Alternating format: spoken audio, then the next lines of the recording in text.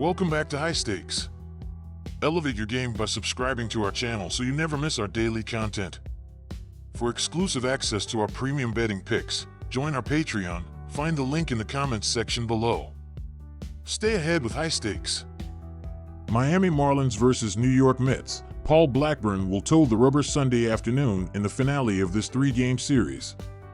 After two quality starts in his first two appearances for the Mets following a trade from Oakland, Blackburn ran into trouble against his former team, with the big blow against him being a three-run homer in the third inning. As long as he can avoid Jake Burger, who is on a heater, he should have an easier time navigating a Marlins team next to last in OPS. Heading into the first game of this series, the Marlins are 3-6 against the Mets over their last 9. Miami is in full tank mode, and the Mets are fighting for a playoff chance. Take New York with the run line.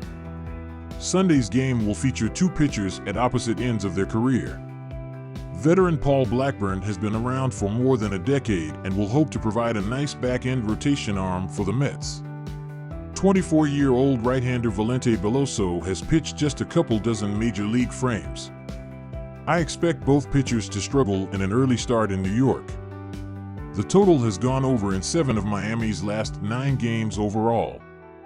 The total has gone over in 6 of New York's last 7 home games. Take the over. Boston Red Sox versus Baltimore Orioles. Cutter Crawford has been a hit or a miss for this year, and I trust that Suarez has recovered from his poor July form. The Orioles are the better team overall, and they have had their way with Boston as of late, winning 6 of their last 8 games against them. Boston's bullpen has struggled immensely in August, and I don't see any lead as safe for the Red Sox at this point. The Orioles have enough on offense to make a comeback, if need be, but I doubt it will come to that. I'm keeping it simple and taking the over when the Red Sox are playing. They are 7-1 in their last 10 on the over, and their bullpen has fallen off a cliff in production. They have scored 4+ in 8 of their last 10 games, and I suspect they will score around 4 in this one, if not much more. The Orioles and Red Sox have hit the over in the majority of their games played this season, with both squads going 14+ games over .500 on the over.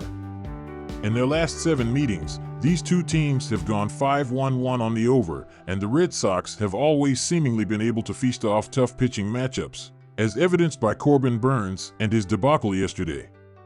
While I believe Suarez will do much better, the Orioles should feast off Boston's bullpen, and the Red Sox should do enough to push this game to the over.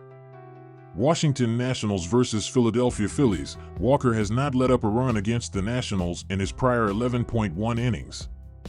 Irvin has lost his last 2 starts against the Phillies, including a matchup in Philadelphia earlier this season. Philadelphia has played effectively recently, winning their prior 3 games. The Phillies have dominated the Nationals recently, winning 5 straight against them, including a 3-game sweep in Philadelphia earlier this season. Philadelphia has come out on top in 7 consecutive games against the Nationals at home. The Phillies have a significant advantage on offense in this matchup, ranking near the top of the league in several key categories versus bottom-half rankings for Washington. Adding to Washington's woes in this contest, the Phillies also have a solid pitching staff, ranking in the top 10 in multiple categories. The Phillies have excelled at Citizens Bank Park in 2024, winning there at a 64.4% clip. Washington has lost 8 of their previous 9 games away from their home stadium, was swept on the road by the Diamondbacks, and dropped 3 of 4 in San Francisco to the Giants last week. They have lost over 55% of their games on the road this year. Wheeler has won 2 of his last 3 starts versus the Nationals. The stats and trends strongly support a comfortable victory for Philadelphia over the road-weary Nationals in the series opener. Take the Phillies.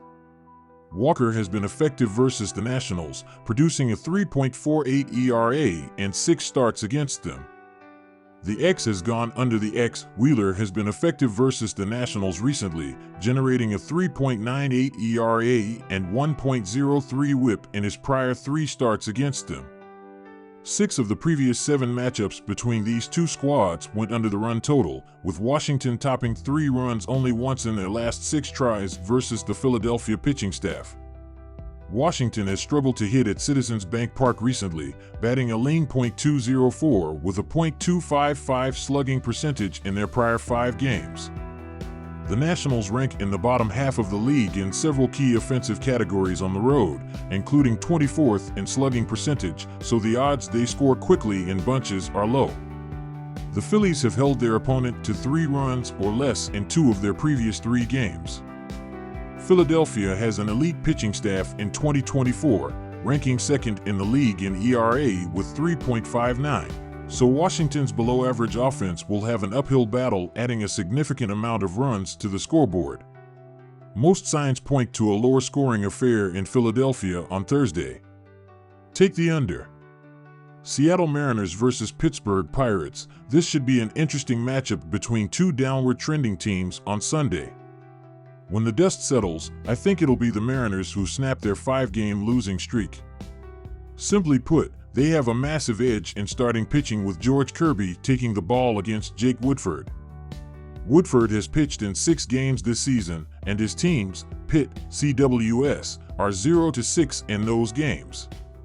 Furthermore, some of Seattle's top hitters have found success against the right-hander.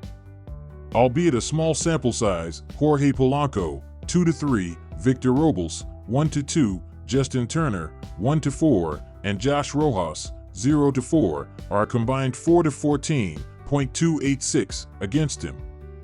The Mariners won't need much run support to get the win with Kirby going, and I think they have a favorable matchup to get off this 5-game skid.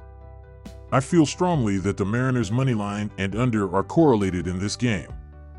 It's highly unlikely that Seattle wins this game in a shootout. For starters, they're 0-5 in their last 5 games, averaging 1.8 runs per game. Over the last 14 days, the M's are 29th in both WRC plus 79 and WOBA .271, while sitting first in strikeout percentage 30.8%. But Pittsburgh's not off the hook. They've also been horrendous offensively. Over the same 2-week time frame, they're second in K percent 29%, 26th in WRC plus 91, and 24th in WOBA .302. They're running into George Kirby, who has limited their current roster to just 5-21, .238 throughout his career. Seattle also brings in a respectable bullpen, which is ranked 13th in ERA, 3.90, and 5th in WHIP, 1.20. Let's take the under. Kansas City Royals versus Cincinnati Reds. I favor a bet on the Royals to win by at least 2 runs tomorrow afternoon. Singer fanned 9 batters in his last start, tied for the most since his season debut. He will be a vital piece of the Kansas City rotation down the stretch and prove his worth Sunday against the Reds. Cincinnati isn't worth trusting, even at home. It has been up and down all season, failing to gain traction in the NL Central. It has struggled in day games, .215 BA/.294 OBP/.366 SLG/.660 OPS, and has a sub-.300 OBP versus right-handed pitchers as well. Kansas City is red-hot since the All-Star break, .282/.333/.462/.795, and is averaging 5.5 runs per game in August. Abbott can be hit or miss, and his 4.07 xERA indicates negative regression is looming. He is unlikely to pitch deep into his start, as he has failed to last more than 5 innings in 3 of his last 5 outings as well. Take Royals minus 1.5 runs. Also take the over. Arizona Diamondbacks versus Tampa Bay Rays. Without getting too analytical, the Arizona Diamondbacks have been the far superior team over the course of the regular season compared to the Tampa Bay Rays. These offenses have been on 2 completely different levels throughout the course of the season, as the Arizona Diamondbacks are 4th in Major League Baseball with a .763 team OPS, while scoring 5.23 runs per game, while the Tampa Bay Rays are all the way down in 25th place with a .680 team OPS while averaging 3.89 runs per game. Without needing to dive into the stats, since they have each only pitched a handful of games this season, Drew Rasmussen is trying to get his footing while Merrill Kelly has found his groove already. All in all, go with the Arizona Diamondbacks to avoid being swept by taking the final game of the series. Take Diamondbacks to win. These bullpens have been absolutely struggling throughout the course of the season and should give up a good amount of runs. The D-backs are 23rd in the sport with a 4.20 reliever ERA, while the Rays are 11th in baseball with a 3.79 bullpen ERA. A lot of the offense is going to be asking the Diamondbacks to score, but in the last few weeks, they are doing just that. Arizona is averaging 5.86 runs in their last 14 games, while Tampa Bay is scoring 3.15 runs per game, which is more than a run above what they need for this game. Go with over 7.5 runs as the better bet, as these teams should be able to score a good amount of runs each. Take over 7.5 runs. Chicago White Sox versus Houston Astros. This is a simple bet. Don't overthink this one. Take the Astros. The White Sox are the worst team in the league, and they have also struggled against the spread. Chicago is 53-71 against the spread, as they cannot score runs and they can't pitch to keep the opposition off of the board. The White Sox are hitting .200 against the American League West Division, while the Astros are hitting .290 versus the White Sox this season. Houston has the third best batting average, which will help them take down Chicago easily on Sunday. The White Sox won't be able to score many runs as they go against Framber Valdez. He has an ERA of 2.51 since the All-Star break. The Astros have won 9 straight games where Valdez has started. 8 of those 9 wins have come by more than 1 run. Take the Astros to cover. The Astros and the White Sox will play a low-scoring game on Sunday. In 4 of Valdez's last 5 starts, the total has been 8 runs or fewer. He's been one of the best pitchers in the sport over the past 2 months. Against a poor White Sox team, he should shut them down and score little to no runs on Sunday. Take the under on Sunday. Cleveland Guardians versus Milwaukee Brewers. The Guardians have won 5 of their last 6 games. Except their first game in this series, they are playing well offensively and scored at least 5 runs in 3 of their previous 4 games. Expect them to play well offensively in this game because Ray has struggled on the mound in recent starts, giving up 9 runs in his last 3 starts. He gave up 18 runs in his last 4 home starts and will have a hard time slowing down the Guardians in this game. The Brewers split their last 6 games. They're also playing well offensively and scored 16 runs in their last 3 games. But they won't score a lot of runs in this game because Lively has done a good job on the mound in recent road starts, giving up 3 runs in his last 2 road starts.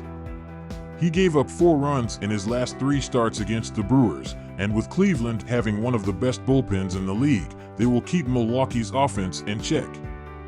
Go with Cleveland to cover the money line. Also take over.